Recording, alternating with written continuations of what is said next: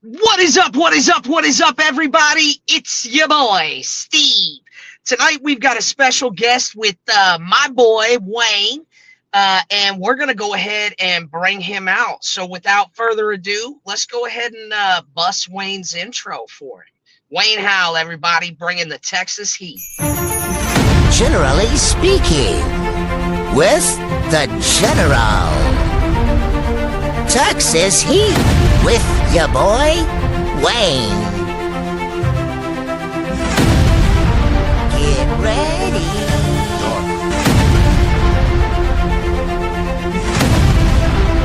Are we having fun yet? How about now? Old school heat.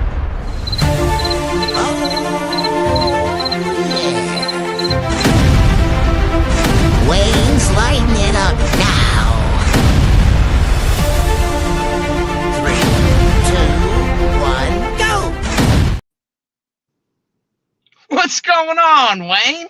Happy September 10th. It's your boy, Wayne. That's what I'm talking about, brother. Man, So, look, man, I got this from some dude selling shirts in Daytona. I don't know where it came from, but hey, that guy, he's all right, I guess. He's all right. man, Hey, it's a so, nice shirt, though. So, Wayne, tell everybody a little bit about yourself, man. Introduce yourself, man. Man, Wayne Howell, live in Houston, Texas. I lived here since 1967, and ironically, as long ago as that was, that's not where I found my first herp. Found my first herp in Lubbock, Texas, when I was like 4.5 years old, and when that thing spit blood all over the front of me, freaked me out. But I thought that was so cool, man, and I just kind of took it from there. When I moved to Houston, man, it was all over with, man. Snakes all over the neighborhood, and I thought they were super cool. 62 years old now, and I'm still doing it, man. I love it. There you go. There you go. So I got a little bit of time with you and Caleb down in Daytona, where we got to hang out just in the room and kicking it at the bed and breakfast. And, you know, you were telling me some stories, and I was like, dude, these are golden. And I know your stories, that just a few that we went through. So I snagged up some pictures of stuff that I personally thought was exceptional. And I thought maybe you could tell everybody, first of all, what it is. Because even myself, I'm not totally versed in what some of these species are. And I guess let's go ahead and kind of roll it. I am going to go ahead and let's see here. We're going to start with a specific picture. Because you told me that this is somebody that you have been going out and herping with for quite some time. And of course, now I can't seem to find the picture. That's how it always happens. Man, where did it go? I think the snake that you're talking about, you got the story right, but it's not. The snake was years ago. So, but the story was back then. So. But it's the same person that I've been herping with found this one. So I think that's kind of where the confusion might be. So, yeah, do you want to go ahead and I guess kind of maybe pay her a little bit of love and tell about some of the people that go out and have gone out with you herping and stuff, Wayne? Man, so usually my prerequisite is you want to go snake hunting with me. Well, male or female, it don't matter. You need to pay half the trip. I get to keep the gray bands. It sounds very selfish, but that's the way it goes. You can keep other snakes, but this is Meredith right there. You're showing. She's been herping with me for 25 years. We met when Caleb was only 6 months old, and she took a liking to an interest, I should say, about the snake hunting, and she was so interested in doing it. She asked if she could go with me sometime, and we went on a trip. Went on another trip. I don't know the dates or the times that we caught the snakes, but ever since that time, I would not have caught of 6 or 7 alternative by now if it hadn't been for her. Everybody knows her in the industry. If you know me, you know her. Everybody thinks she's my second wife, right? It's kind of funny, but she has eyes that eagle eyes is her nickname, and she can see stuff that I would not even think about noticing, like a little speck of orange on a rock cut 13 or 14 feet up. And I tell you what, I've learned to, when she says go back, stop or go back, you go back, because every single time it's been a gray banded king snake. Every time. And you said that, I didn't know that from the little bit of stories that you had told me at the hotel. You took her out on her first little snake hunt as well? Oh man, the first time we went out was, she actually met me in Del Rio, and I was coming back from West Texas, and we hunted 277 that night. We did not catch an alternative that night, but I was coming back from Arizona is where I was coming back from, and I had, you know, blacktail rattlesnakes with me and all kinds of stuff, and putting them on the bed and photographing them. And, you know, it wasn't the most professional deal, right? But got the old Motel 6 bedspread on there, which everybody, if you're an old herper, you recognize, and it makes you laugh because everybody knows where you were. And just took some pictures of them. And this was back in, God, early 2002 or 3, maybe 2002, maybe. But anyway, she just she thought it was really cool. She liked me because I had the passion. I spoke very passionately about my hobby, and she likes that. I actually had a pulse, as she says. A lot of people she meets don't have pulses, and they don't interest her, but we got along great. I talked to her an hour and a half the first night I met her on the phone, and we met through snakes because a neighbor had killed a cottonmouth that came from her yard. Her name was Pam, and she goes, Pam, you know, a snake is in your yard. You need to be careful. She was saying that, you know, I don't know where the snake is, but be careful. So she calls back and says that I killed your snake. She goes, oh, what makes it my snake? Well, it came from your yard. I said, why'd you kill it? She goes, well, it's a cottonmouth. And she goes, how do you know it's a cottonmouth? She goes, well, it's a cottonmouth. This lady's from Michigan. I don't think they have cottonmouths up there. I'm not real sure, but how would she know what a cottonmouth is? So anyway, well, Meredith, her husband, says, well, let's find out what it is for sure. She cut it in pieces. Thing's dead. And he goes, hey, this is Wayne's World of Snakes. He's here in Houston. He's local. Call him. He'll know what it is. This is year 2000. Caleb, like I said, was 6 months old. It was the summer of 2000. So anyway, I called her up 11 o'clock at night, really late. She thought it was her husband, and, you know, he was out in Russia doing a job or something. Works on, oh, yeah. She thought it was her husband calling because it was so late. Well, no, it was me, because she had left me a message earlier telling me the story, wanting to know what kind of snake it was. Anyway, I talked to her for like an hour and a half. Had such a good time talking to her. Got along great on the phone. She invited me, my wife, and Caleb over for dinner, and that's how we met. And she just took an interest in the passion I had for reptiles, and she's been snake hunting with me ever since. And that's how that. I love it. Yeah, I love it. So now I'm gonna throw up some snake pictures for you. Okay. And we'll just see. And Wayne doesn't know exactly what pictures I grabbed because I just went over and I was like, oh wow, this is awesome. So we'll just kind of let you reminisce. And dude, where was this one at, Wayne? All right. This is one of the snakes that was on the River Road out in West Texas. It's also south of Lajitas, or actually I should say west of Lajitas, between Presidio and Lajitas, in a very popular area to herp in. And I was coming back. They got a big hill there. It's the biggest, tallest paved grade in the state of Texas. They call it the Big Hill. All the herpers are familiar with it. Well, when I Makes get sense. bored on the west side, which is usually too hot, a lot of times it gets too hot, you move to the east side, which is 10 degrees cooler.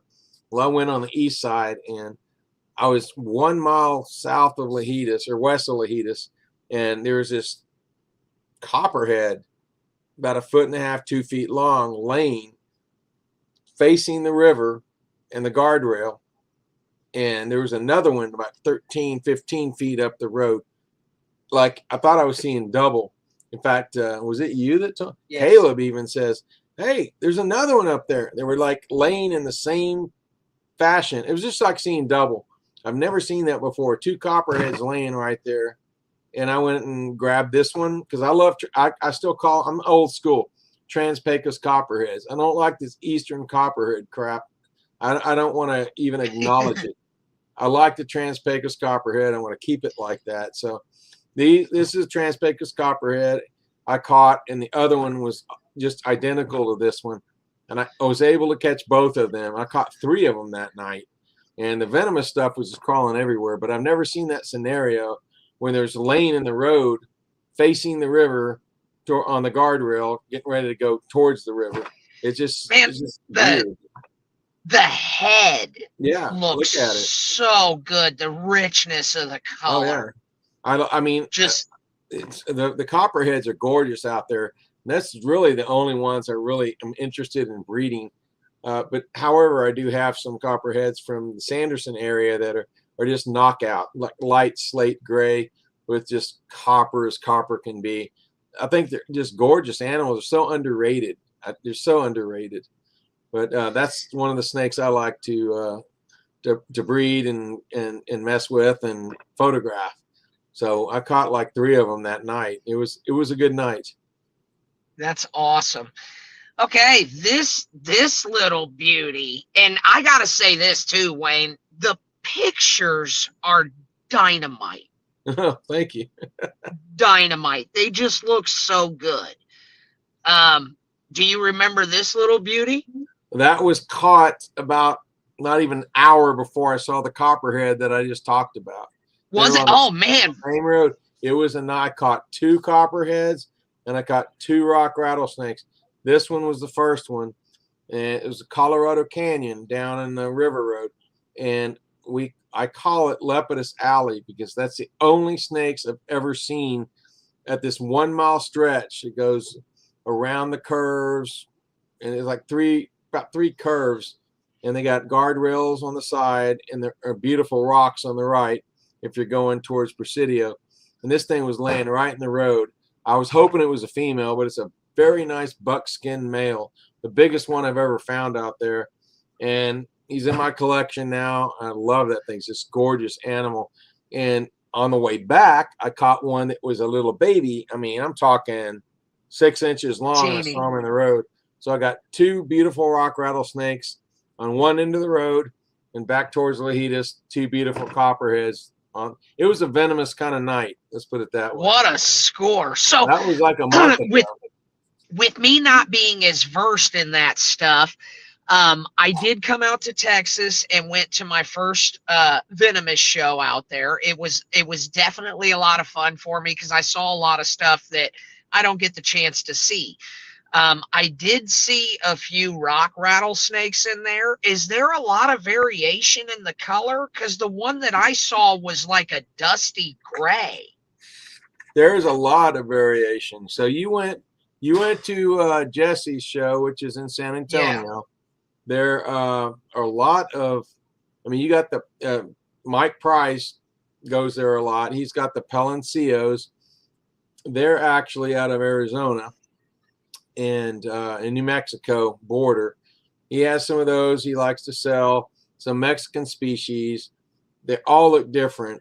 The Texas, I mean, you've got, yeah, they're all different. I mean, they're not all the same. I've caught very, very nice powder white Lepidus that, I mean, so light, it's almost a light bluish color like that.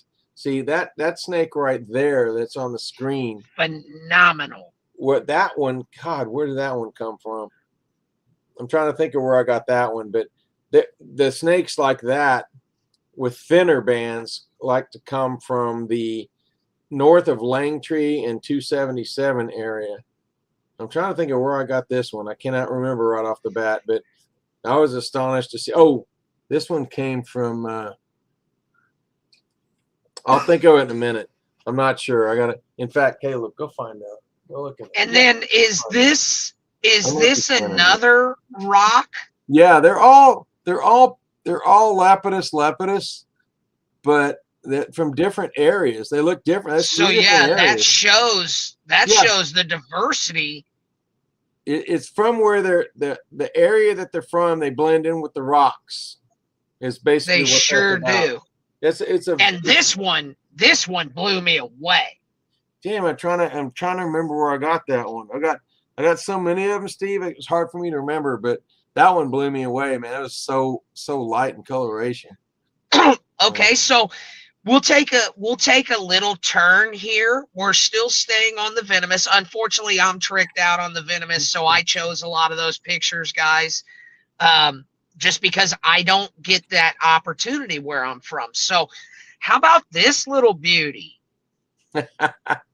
That one was one I photographed, I think. Oh man, hold on. I don't know if that was Everglades of Florida or that's a Texas. I cannot remember. That's not enough for me to go on because I kicked so many pictures. I'm not sure. But no, I mean. So tell everybody what they're looking at here, what you came across. Well, that is a cottonmouth, but I'm trying to remember which area that was from. I mean, I take so many pictures, Steve. It's hard for me to remember this one. I was just wanting to show the difference for those out there. Well, but first of all, it's sometimes very hard for people that don't know snakes very well at all and not versed.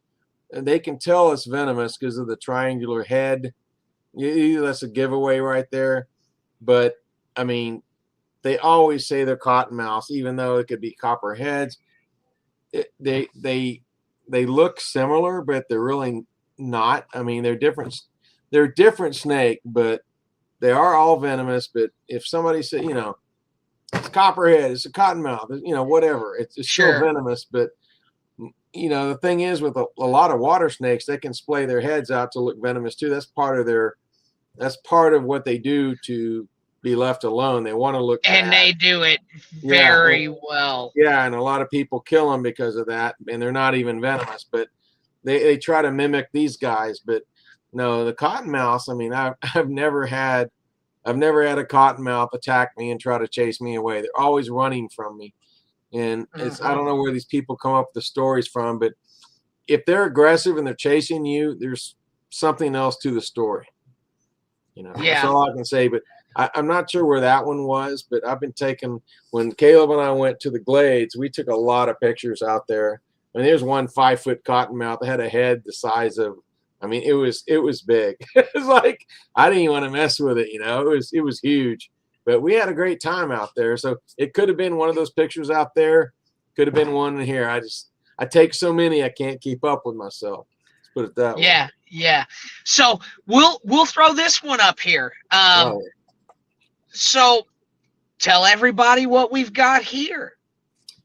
That is a blackneck garter snake that I found on the river road. Again, west of Lajitas and east of Presidio, that nice little stretch there. And they like to come out when it rains. You found a lot of them when it rains.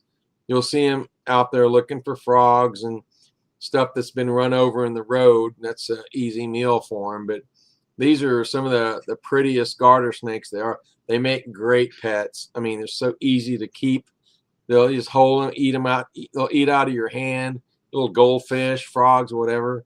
And they eat pinkies too. They eat mice as well. So they're actually very popular for pets. But I still have those in my room. I like them a lot. It's like kind of a menial snake, but hey, they make great pets, and I like them. They bring me joy. So there's quite a few really pretty garter snake species out there. Yeah. There really is. It just depends on where you're at in locale.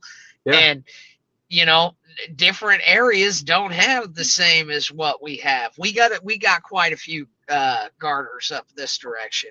So I love this picture, and you've got this as your profile picture. I Just, do. man, could it have been any darker out that night for you, Wayne? I don't know. That's my profile pic. I don't remember seeing that one. I thought you had that as your profile pic. No, not my profile, man. I don't even know what kind of snake I'm holding there. I can't tell. So yeah, I guess I'm telling you that you should use it as your profile picture. No, man, I look Yeah, too old there. Are you kidding me? Come on, man. I thought it was a great shot, man. It's so dark in the backdrop. So for anybody that's wondering, he does have, you know, tongs and things like that he takes out in the field.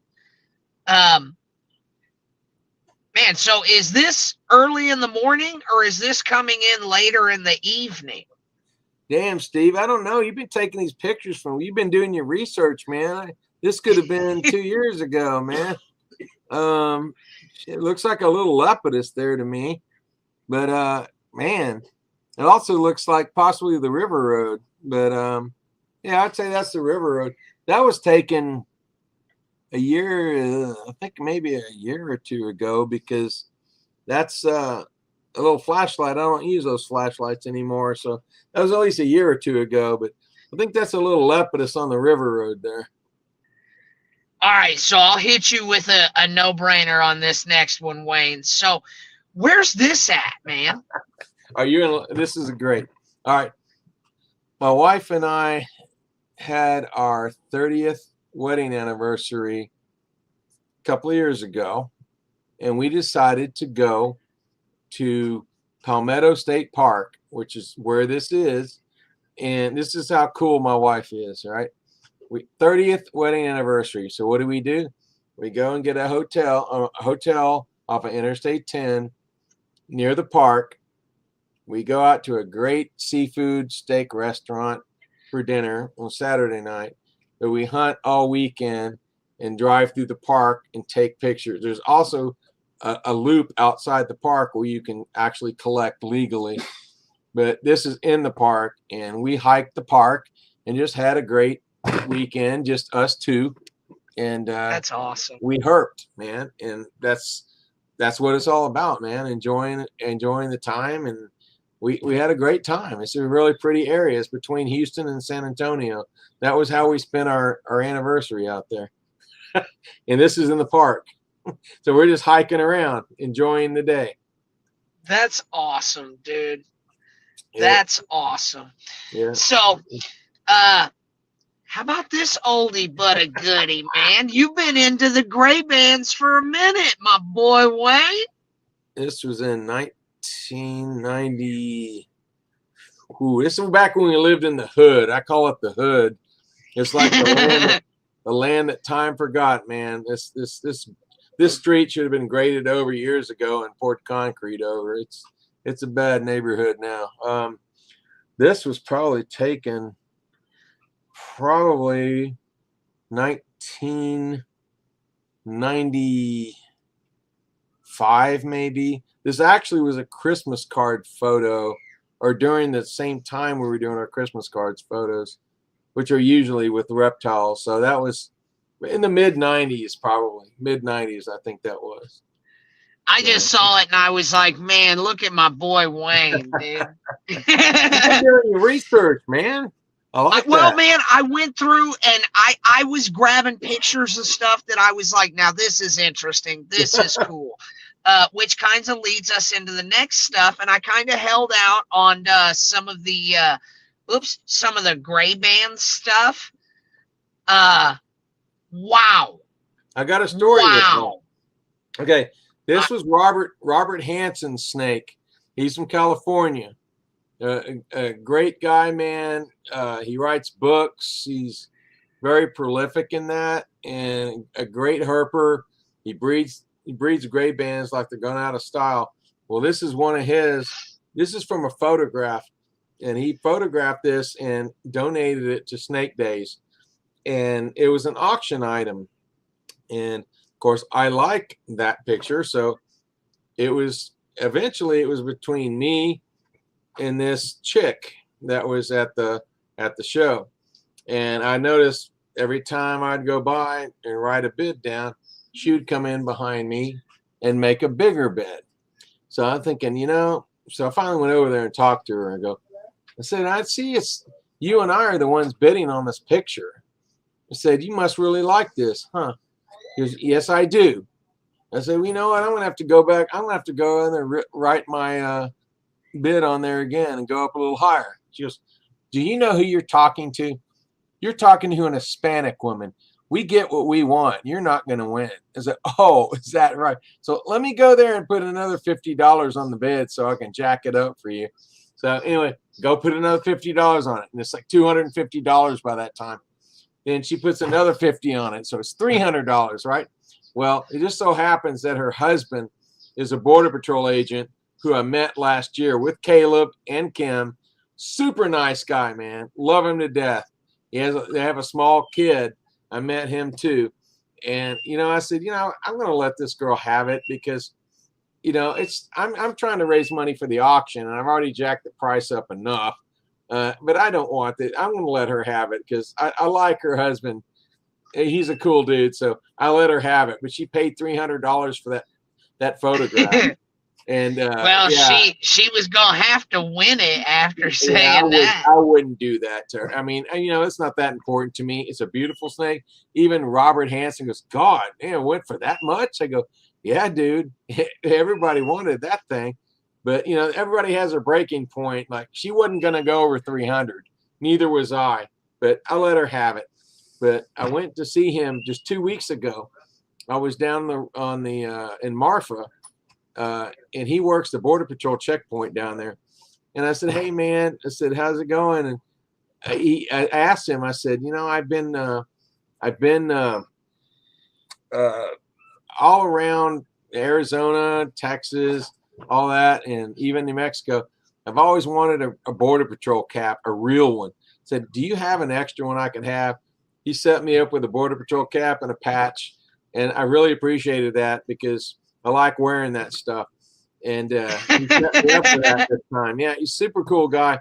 And he caught his first alterna last month out of Sanderson. It was a beautiful male. And 2.5 weeks ago, he caught a female around the same place. So he's now got a pair. And he's just so thankful for everybody helping him with information. And everybody's been real nice to him. Super nice guy. So I'm glad his wife got the picture. I didn't want to fight about that. They deserve it, man. They're good people. I love them to death. So both of them are Border Patrol agents. So that's awesome. Yeah, that's awesome. So this is one that you found in the field here, right? All right. This snake here is obviously a Blair's phase gray banded king snake. This was found on 30-mile cut. It was actually 29 miles. We all call it 30. 30 miles north of Sanderson on 285, which is where all the truckers go. All the traffic goes up to, what is that? Not Comstock, but whatever that town is up there. I'll think of it in a minute. But it's a lot of truck traffic. But, it's a great for hunting alterna. And I went up to that cut. And Meredith came with me that night. And I said, I'd like to catch something up here. Never caught one up here before. I said, okay, well, we're going to get out and we're going to walk these cuts until we find one. Used to be able to spotlight and drive, but not anymore because it's illegal. That's another story. Anyway, I said, well, seriously, the longest I can sit still or walk or stay in an area is 3 hours. I'm serious. That is my top. So, okay, the long cut each side of the road. We're going back and forth, walking back and forth. We'll take a break, 5-10 minutes, sit in the car, have a drink or something, get out and walk again. So 3 hours is up, right? It's like 11:30 at night. I'm thinking, man, we've been here since 8 o'clock. So I stuck the key in the ignition, cranked it up, and we had radios that night. And Meredith was on the other side down at the bottom of the hill. And she goes, you need to get down here right now. Like when I hear that, anytime she speaks and we're looking for gray bands, she's found something. Well, since the car was already started, I said, I'm on my way. I was down there in 15 seconds, which was probably about a 30-second drive. Of course. So I hauled ass down there, screeched, brakes, everything, stopped the car, get out. And she goes, there it is. And there's this about 3-foot alternative stretched horizontally on the rock cut. I go, I don't understand how you do this. How the hell do you do this? So I'm getting ready to take a picture of it, like an in situ picture that everybody likes to see. Well, the thing starts crawling. I go, oh, there goes that picture. I wiped it out. I just put the phone down, went and grabbed the snake so it wouldn't get away. And that thing is just spinning. His tail was flapping, crap and spukes going everywhere. The snake's trying to bite me. It's going crazy, and the thing is still never settled down. But that was a male. I wish it was female, but I'm not. Beggars can't be choosers, right? That's a hell of a find, man. So that's my first Alterna I've ever found up north of Sanderson, and now I need to get a female. Nice. Now, ironically, there was a snake hunter there from New Mexico 2 weeks before that had been hunting that cut for like, he would show up at 8 o'clock and hunt till 3 in the morning looking for a male, and he would control that cut all night long, literally all night long for 5 days. And finally, he didn't find anything. Kept asking, did you find anything? Well, the next week, Meredith and I go there and find that male. I didn't know he's looking for a male, but he has 2 females and 1 male. He wanted another male to make it even.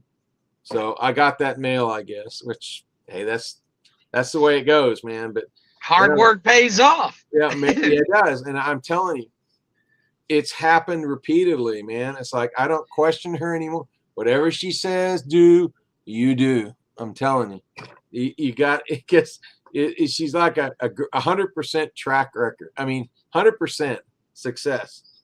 Like, how do you argue with that, right? So I got another story I want to ask you about, and maybe it's our wrap up story or whatever, but we're wrapping this up this soon. Well, it's the Daytona story that you told me about, chasing the gray band and her just seeing the speck. Okay. So I'd like to hear that story, because that's a story now. This is a herper's herper, everybody. All right. So same person, Meredith Worley, my gray band hunting person. There you go. Look at her. So I'm in my old Chevy Blazer S10.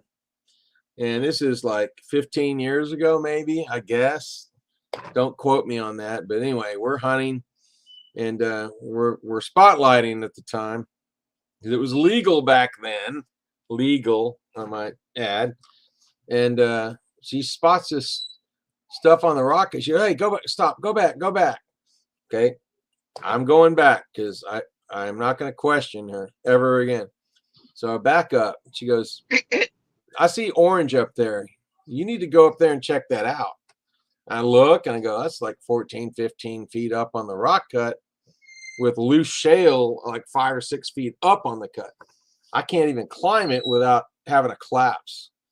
It's like, okay, well, I mean, come on, man. That's a spot of orange. I mean, come on, man. No, you need to go. I told you, you need to check that out. You need to check that out. Okay, so how do you expect me to do that? And again, I explained to her that starting to climb on the rocks, it's loose shale. I don't want to ruin the hood of my car. Like, okay, or break my legs. Yeah, well, that's me. Shit. Who cares about that? You don't want to ruin your car. So I'm going, okay, well, here, let me think about this. All right, well, I'll tell you what. The only way I can do this is to T-bone my car into the rock cut as close as I can get. That will get me above the loose rock. Then I can be on stable rock, and then I can climb up. Okay, I can do that. All right. I'm thinking, I'm saying, this is bullshit. I just want you to know it's bullshit. I'm doing this for no reason, just to satisfy you. That's what I said. So I'm climbing up the rocks. You know, I have no pillowcase, nothing. Just because I'm thinking it's bullshit. It's nothing. It's a little piece of construction tape is what I'm thinking. So I go up the cut, way up there, and she's still spotlighting, holding the spotlight for me. And I get up there eye level, and there's a little shelf, probably goes back about 6 inches back, which you're not going to see from the road. And I stick my head up there, and there's like a 2.5 foot female Blair's Alterna just sitting there. And she saw that speck of orange from where she was off the highway. And I'm going, son of a bitch. I said, it's a gray band. She starts screaming, I told you. I was screaming. And you knew it. Like, okay, great. It's like, okay, I'm like, wow, it's not biting or anything. I was like holding it in my hand. This is awesome, you know. Like, here we go. Yeah, here we go. What the hell am I gonna do? Have shorts on, have a pocket, but it ain't gonna work. Well, shit, I gotta go down the cut with 2 hands. Well, I have no choice but to put it in my mouth, and hopefully it doesn't bite and speak all over me. So I went ahead and put the snake in my mouth and started climbing down the rocks. And thank God it didn't do anything. But I hear this, do you have that son of a bitch in your mouth? I'm thinking, like, yeah. So I get down to the bottom and get down on the hood of the car. I sure do. Yeah. Like I just did that, all right? So anyway, I caught the snake. I had to put it in my mouth to go down the rock cut and get it in the pillowcase. Because I thought it was BS. I've never, ever again said I will do anything. If she says something, you listen. Never dispute her, ever. Because whatever she says, it's going to be. Let's put it that way. And when she does talk, it's very important to get there fast. Yes. Yeah. It's important. Well, she's got a very good track record. Let's put it that way. So that's the pictures that I found. Those were just a few stories. Why don't you, if you're not ready to get off here, why don't you keep us going and tell us a couple other stories that I'm not privy to? Well, the one you're privy to, I just want to acknowledge John Hollister because everybody knows the guy. We talked about this the other day, but back in 1987, they were actually filming, what is that? Hey, Ken. What's that 87 movie they filmed with the Hi, Caleb. with what's his name in there? I got to ask the wife. Gotcha. The movie they filmed in West Texas in 87 with what's his name? The kid? Dove. Lonesome Dove. They were filming Lonesome Dove back in 87. This is when this happened. And we were out there, we made a stop and he go, hey man, why don't y'all, if y'all are hanging out, why don't y'all go and be part of the movie crew? They're filming a movie out here called Lonesome Dove. Yeah. It's like they need extras. And like, I looked at my friend and said, no, man, snake hunting's more important. We don't want to do that. So we continued to snake hunt. And he's driving and I'm in the passenger seat and we're going through Langtree and it was sundown. It's just dusk. And I was spotlighting, he's driving. Back then, between 1977 and 1987, it was illegal to collect anything, right? So we're like looking behind our shoulders and stuff, getting kind of nervous. I'm spotlighting the rock cut. All of a sudden, out of nowhere, this car comes skidding in between the rock cut and our car. Gravel goes flying, dust and everything. And I see this side-mounted spotlight on the car, a white car. It's like unmarked. I'm thinking, oh shit, we're busted, man. I was hunting with a Brinkman spotlight with a slide switch. Anybody knows about those lights, they get hot fast. So I dropped the light, didn't bother about the switch, and they just scared the crap out of me. I'm looking, I said, oh man, we're busted, dude, we're busted. And this guy gets out of the car and he's got a cigarette in one hand and a cup of coffee in the other. And he gets out, shuts the door, walks up to us. He goes, "How y'all doing tonight? Y'all having any luck?" Like, I looked at him and go, "Who the fuck are you?" I was like, "Who are you?"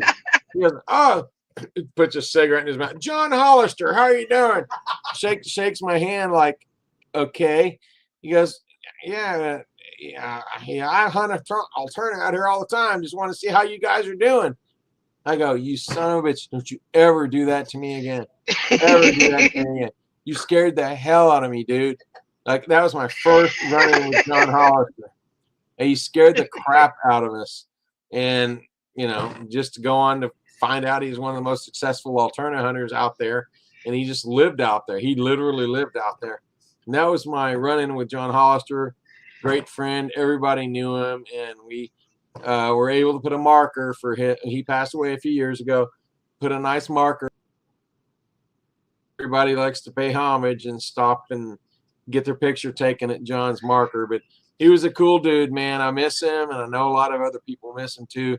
But that was one of my stories that I wanted to share with everybody, because everybody. Yeah, you make it sound like you're driving along in some Mad Max vehicle, just jumps on the road right next to you. Kind of how I felt at the time, because I was in 1987. I've only been hunting snakes for 5-6 years out there. Before that, it's like, you know, I didn't know what was going on out there. He scared the crap out of me, you know. But only to find out he did that with everybody. He talked to everybody. If you ask 90% of the people that you go up and talk to, they will tell you they met John Hollister out on the highway in the middle of the night looking for gray bands. So he was just a very iconic person out there, and there's not many people that don't know his name. Well, that's a very unique story that you have of him, for sure. I would always call him and go, "John," on the way afterwards, say, "Hey, is it going to be good for herping tonight?" "Oh, let's look." It's all barometric pressure, 97.6, temperature, let's see, southeast winds 10 to 15 miles an hour. He'd go through all the scenario and he goes, "Yeah, I think it's a good night to herp." And he'd hear him blowing his cigarette smoke and shit. And I call him sometimes. He goes, "Winds out of the north, 30 miles an hour." "Just stay home. Just stay home. Don't do anything. Just stay where you're at." And then when he got to the end of his life, I could tell that he used to be fun. I used to talk to him all the time. I wanted to keep him relevant in the conversation.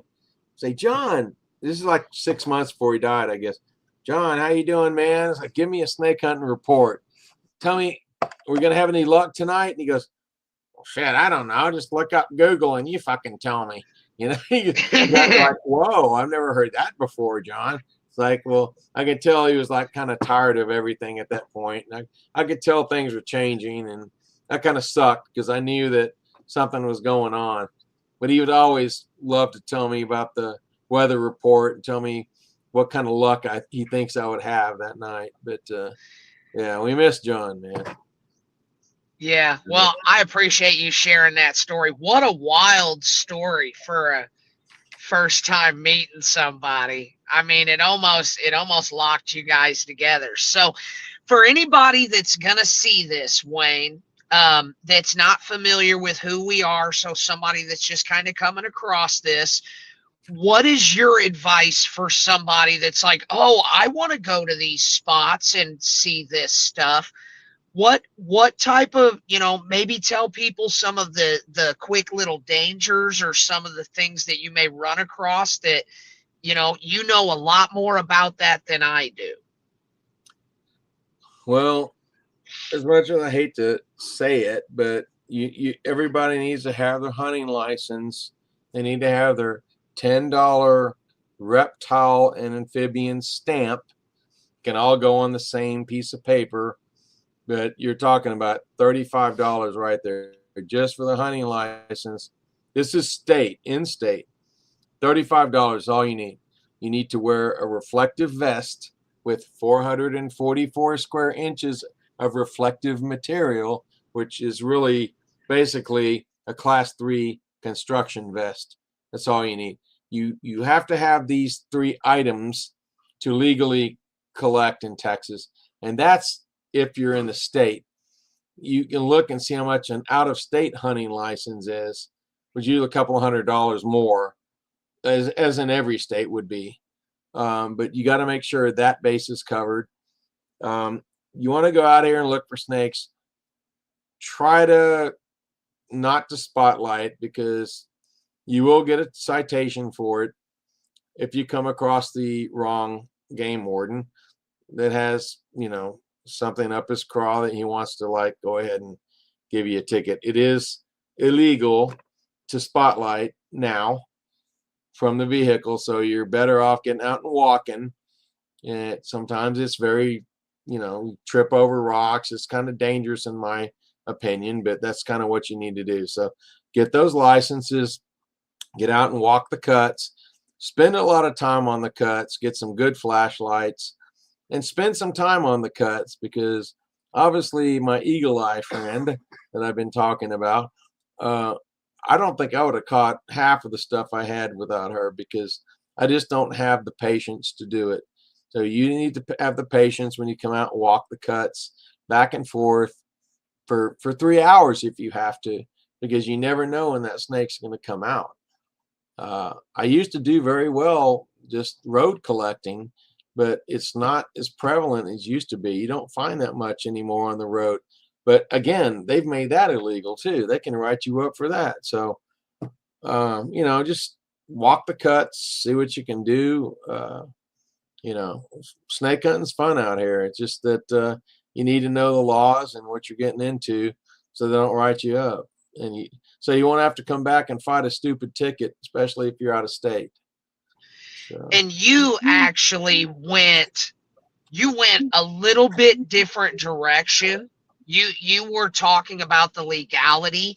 I guess what I was kind of leading was, if somebody just sees this that's just run-of-the-mill Joe Schmo, and they're like, hey, I'm going to go find a rattlesnake, that can be very dangerous for somebody to just decide to go out and do something like that without having the knowledge of some of the native species in the area. Got to be mindful of that sort of stuff, because what I hate to hear is somebody accidentally got bit because they were next to a rock or something, and then that animal can be villainized, and really it just was scared, had the shit scared out of it, so I guess it's just some of there are dangers in going out. Now, I'm not going to tell people not to do it, because I absolutely love it. There's no place I would rather be than outside. That's why I'm always in my vehicle. I'm always somewhere. And when we get done here, I'm getting out. I'm at a state park, and I'm going to go. Are you really? Yeah, I am. Yes, I am, always. It's just a matter of where I am. But I love that stuff, man. Wayne, do you have any other stories that you would like to tell, or anything that you would like to tell the audience? Well, I mean, what you just covered, what would you like me to say about that? I talked about the legalities, because if somebody sees this and they want to come out herping, they need to know what the law is to make their experience, less tragic. Like it could. Well, yeah. So, what would you like me to cover on that? I think that's pretty much what I said was kind of the direction that I was going on. That was just be cautious when you go out in the field, guys. Obviously, Wayne, you've been doing this for how long now? A long time. I've actually been field collecting in West Texas since 1981 actively, but I've had herps basically all my life. So, at least since 80, you can say West Texas since 1981. Yeah. And with some people, man, this reptile thing, this snake thing, it is a way of life. And this is a prime example for everybody.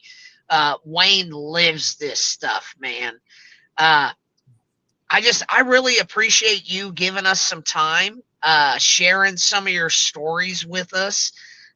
You're just a wealth of knowledge to us younger guys. So, and I love to hear it. I absolutely will be coming out there to spend some time with you guys. Hopefully we get a chance to go herping, but I just want to come out and spend time with you guys, Well, man. I can tell you, between you and I, you come out here, I take you out snake hunting, you will no longer live in Missouri because you'll be working on efforts to move out here. I can promise you. Okay, that. so there's already like a serious problem with that. So there's 2 states that I'm just like, oh my gosh, I would live there. Texas and Tennessee. I don't know why, but man, I really love both of those states. And every time I've come to Texas, I like the people down there. I've got some getting used to with the heat. It's different than I'm used to. But it's, I think that anywhere you go, there's going to be something that people are going to bitch about. It's just human nature. And I just love those places, man. Well, Texas is hot, but you mainly in West Texas, you don't herp during the day. It's all at night. And when you start herping, you stay out all night long into the morning. If you want to be extremely successful, you hunt until basically 8:30 in the morning from 12 hours, 12 solid hours is what, if you want to be successful with everything, you need to stay up that long. You sleep 5 hours during the day and then eat lunch, go back to bed, have a nap, and you do it all over again. That's how you do it. There it is, man. So you heard it here first. Wayne, I appreciate your time. Caleb, come on here and say hi. I know it's killing you. Come on. Come on. There's been people that were asking about you. So for those that don't know, this is Caleb. And Caleb, he likes attention, so we need to make sure that we need to make sure we give him some attention. Well, I'm gonna have to bust in on his interview when you have it. I'm telling you, it would not be a show if you didn't pop in and say, "It's your boy, Wayne." Man, when me and Caleb used to go live, that was one of my favorite things. And you can ask him. I would ask him directly, "Hey, dude, where's your dad?" Yeah, that's true. Yeah. Well, yeah. Where's your dad? I tell you what, go ahead. Well, I was just going to say, Caleb, you've been out on a lot of these. Why don't you close us off with one of these herping adventures that you've been on with your dad? Whether you found it, he found it. What was a special time for you? Because with my dad, he was a semi-professional bass fisherman, and it was really special time when I was out in the boat with him fishing. So as the son in a situation, you may have a different perspective on something that you thought was special. So when I was 4 years old, my dad and I went to the West Texas desert. This was like 2003, 2004. We were hunting the Langtree Dirt Road on the rock cuts. This was before the spotlighting was legal, as well as catching snakes on the road illegal. So we were spotlighting the rock cuts in Langtree, and about halfway up the cut, there was a bull snake crawling on the cut. And I was 4 years old at the time, so I got out of the car with my dad, and my dad touched the snake to see if it was okay to pick up, because bull snakes can be aggressive. Sure. Defensive. And it didn't try to crawl away or it was a cool snake. Yeah, it was a cool snake. So yeah. And I grabbed it, and mind you, I was 4 years old. I decided to name it Drawer. Drawer, like the like pull a drawer out, like a drawer full of clothes. Yeah, or whatever. So I was 4 years old at the time, and that snake lived for 6 years for me. Died when I was 10 years old. He died 16 years ago, and he was pretty much my best friend. So years later, he gave the ball pythons to me to breed, and my first morph I ever made was a pied, and we didn't know that the dad, which was a pastel head pied, we didn't know the dad was het pied. He proved het pied, but the mom was het pied. And long story short, the father came from a wild caught female imported from Africa, and the father ended up proving pied or het pied. And when I was looking at the father while the pied was hatching, I was like, "Where are your pied markers, dude?" Because he didn't have any. He had no tracking, no ringers. So I'm like, "What? How did you prove het pied without any pied markers?" So I found out later, not all heads have markers, whether for tracking or the pied ringers. He kind of like put in two stories in one, but you know, the rings are fine. But you know, he was just wanting to tell you that when he was 4 years old, I mean, I saw that snake, and this is not his first snake hunting trip, but we were together, and I went up there and touched the snake, and it was like chill, totally chill. So I said, "Okay, well, Caleb, I'm going to hold you up on the rock cut, and I want you to pick the snake up." And I couldn't take a video of it, obviously, because we're the only ones there. And he picked the snake up, and the snake was super cool snake, and he decided to name it Drawer after one of his programs he watches on TV back in the day. Back when I was younger. Yeah, but anyway, that was his favorite snake, and when it passed away, we had a little ceremony and buried it out in the yard. Do you have pictures of a little 4-year-old Caleb out there? Yeah. Yes, there's a picture in my room. Oh yeah. I would love to see some of those. It's too bad you don't have it. Did he have his mustache? I didn't even hit puberty then. We can pencil that in. No, we'll do that when you have some ammunition for the next show. Yeah, well, that's actually what I was getting ready to say, Wayne. Yeah. We are going to set up a show with Caleb sometime October or something like that. You could probably help me with sending some pictures so we can make it special for I'll him. send you all kinds of pictures, man. Yeah, it'll be good. There you go. All right. Hold on. Oh, There wait, we go. I zoomed out. That's actually the actual snake. Oh! Yeah, he was good size. Yeah, about a 4 The foot. snake, too. Yeah, snake too. Yeah, but that's KK right there. There it is, guys. KK in the house. Anyway, I love it. Hey, man, appreciate the interview, man. It was fun, and you need to come to Texas. You will never want to go back home. I promise you. I know. I'm going to get down there, and we'll see about spending a couple days. And with that, Wayne, I'm going to let you guys go. Thank you for your time, brother. All right, man. Thanks a lot. Have a good night. KK, I will talk to you soon. All right. All right, man. Have a good night, All man. right. Later. Yep. Later, guys. All right. So I always have so much fun with my boy Wayne and Caleb, obviously. So definitely give them check them out. You've got Wayne's World of Snakes, Caleb's Exotics, I believe, if I'm not right about that. As a matter of fact, let's bring Dad back out. Is it Caleb's Exotics, right? Caleb's Exotics and more. And more. Don't forget, man, it's a lot more than just that. So you get the whole experience when you mess with the Howell family. And that's what I've got for you guys. I will tell you, we've got some really exciting stuff coming up here this weekend with Show Me. We have the St. Louis Show Me Reptile Show, and then we also have Coldblooded Fest, where I will actually be at. So let's roll this real quick, guys.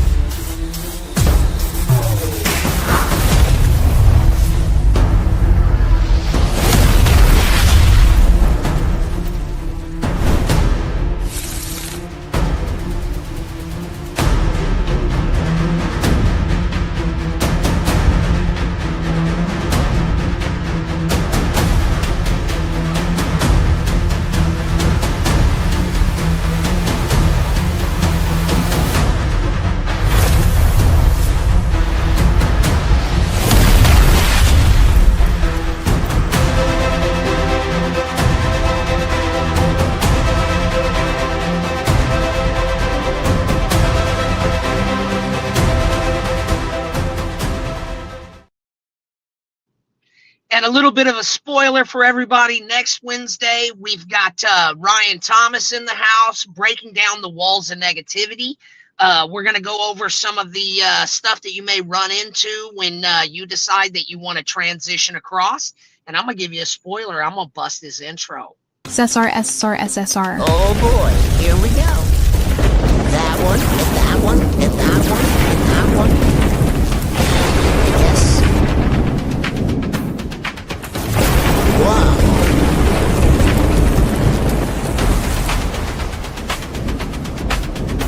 I'd say yes and now.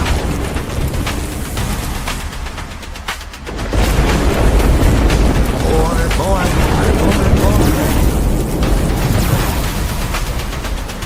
Rock and roll.